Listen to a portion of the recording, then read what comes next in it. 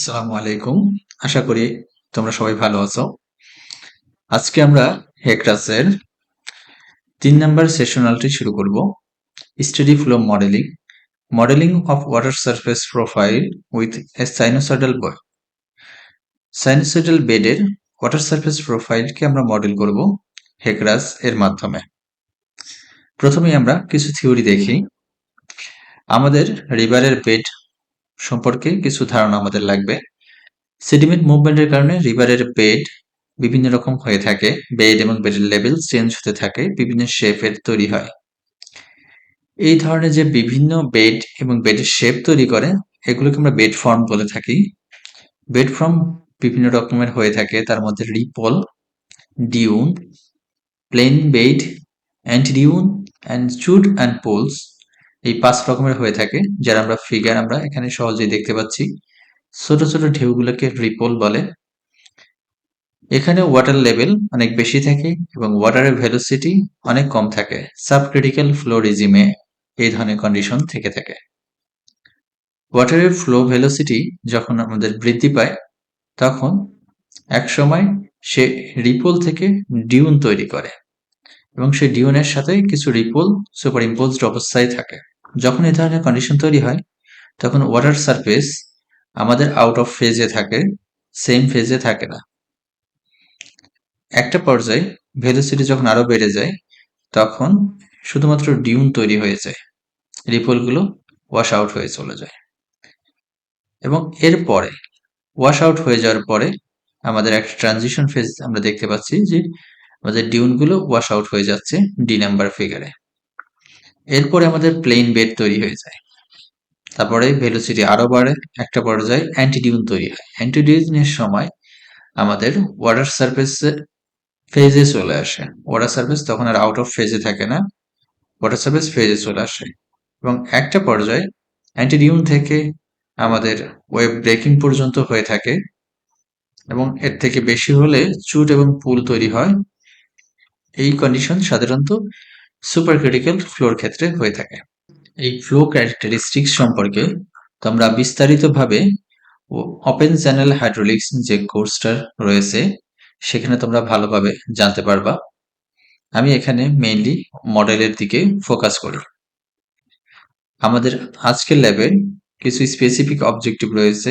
আমরা sinusoidal bed profile generate করব, একটা প্রজেক্ট তৈরি করব, একটা straight river schematic river draw করব, এরপর ক্রস সেকশনগুলো অ্যাসাইন করব, বাউন্ডারি কন্ডিশন অ্যাসাইন করে পারফর্ম দ্য অ্যানালাইসিসটা পারফর্ম করে শেষে আমরা কিছু রেজাল্ট দেখব।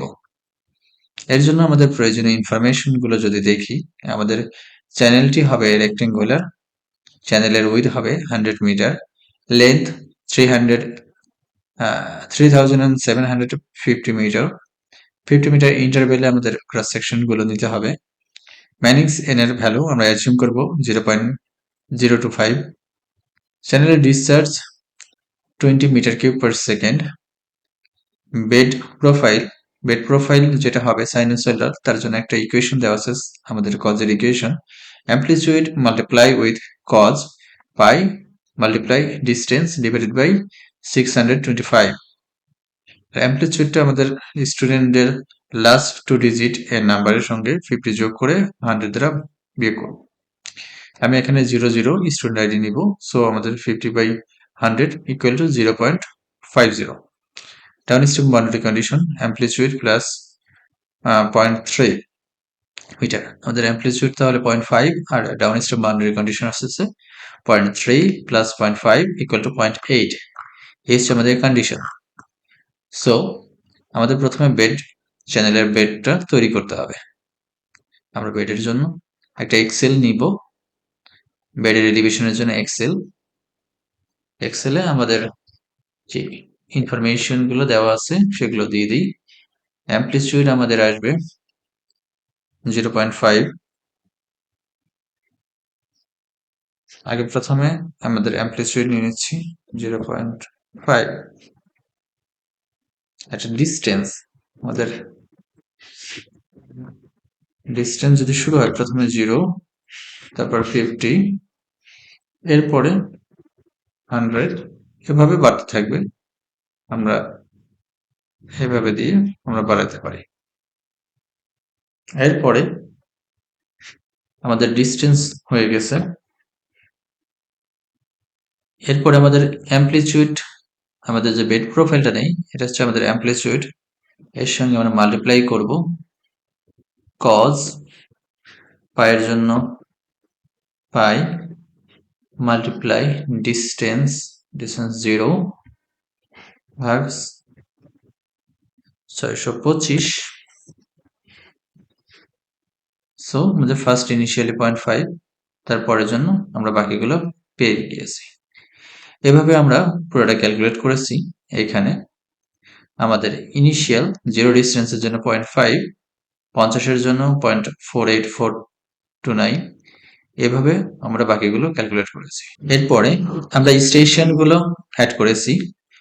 আমাদের আপ স্ট্রিম যেহেতু এটা, অথবা স্টেশন নাম্বার বেশি থাকবে। এখানে আমরা ফার্স্ট স্টেশন হচ্ছে 101, এরপরে 100, তারপর 99, এভাবে আমাদের স্টেশনগুলো গিয়ে শেষ হয়েছে 3750 নাম্বার ডিস্টেন্স যেটা আছে, সেখানে 26 হচ্ছে আমাদের স্টেশন নাম্বার। সো আমাদের ডিস্টেন্সের জন্য প্রত্যেকটি স্টেশন নাম্বার এবং আমাদের বেড এলিভেশন আমরা পেয়ে গিয়েছি। এবারে HEC-RAS-এ আমরা এটাকে মডেল করব।